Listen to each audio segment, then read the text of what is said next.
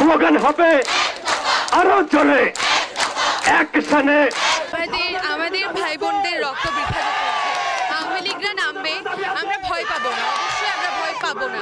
সত্যের জয় হবে, ন্যায়ের জয় হবে। ন্যায়কে ন্যায় বলার সাহস থাকতে হবে, অন্যায়কে অন্যায় বলার। আমাদের কোনো ভয় নেই, আমরা এগিয়ে যাবো।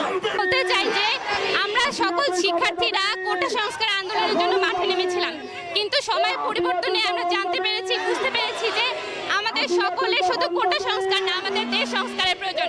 শেখ হাসিনা যে পর 5বার আমাদের প্রধানমন্ত্রীর দায়িত্ব পালন করছে, সে কিন্তু ঠিকভাবে তার দায়িত্ব পালন করছে না। সে শুধু জুলুম অত্যাচার আমাদের উপর চালিয়ে যাচ্ছে। আমরা নিরস্ত্র সাধারণ শিক্ষার্থীরা যে মাঠে নেমেছি শান্তিপূর্ণ আন্দোলনের জন্য, সে কেন পুলিশ এবং সেনাবাহিনী, সামরিক বাহিনী দিয়ে আমাদেরকে মারলো? আমাদেরকে কেন মারলো? শুধু শিক্ষার্থীদেরকে মারছে এমন তো না, বাচ্চাদেরকে মারছে, সাধারণ জনগণদের মারছে। আমরা এর বিচার চাই। আমরা জানি সে স্বৈরাচার, সে এর বিচার করবে না, তাই আমরা তার নিপাত চাই। এক দফা এক দাবি, আমরা তার তাড়াতাড়ি নিপাত চাই। আমরা শেখ হাসিনার পদত্যাগ চাই, এক দফা এক দাবি।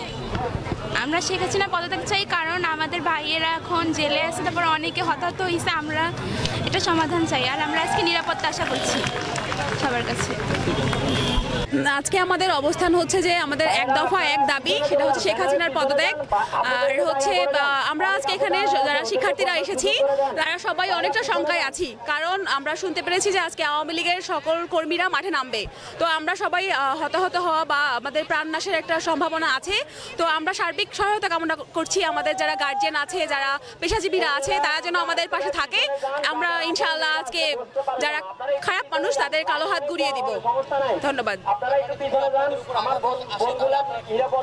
আমাদের উপর আঘাত আসলে আমরা অবশ্যই পিছপা হব না, আমরা সবাই সমন্বিতভাবে সেই আঘাতকে প্রতিহত করব। ধন্যবাদ।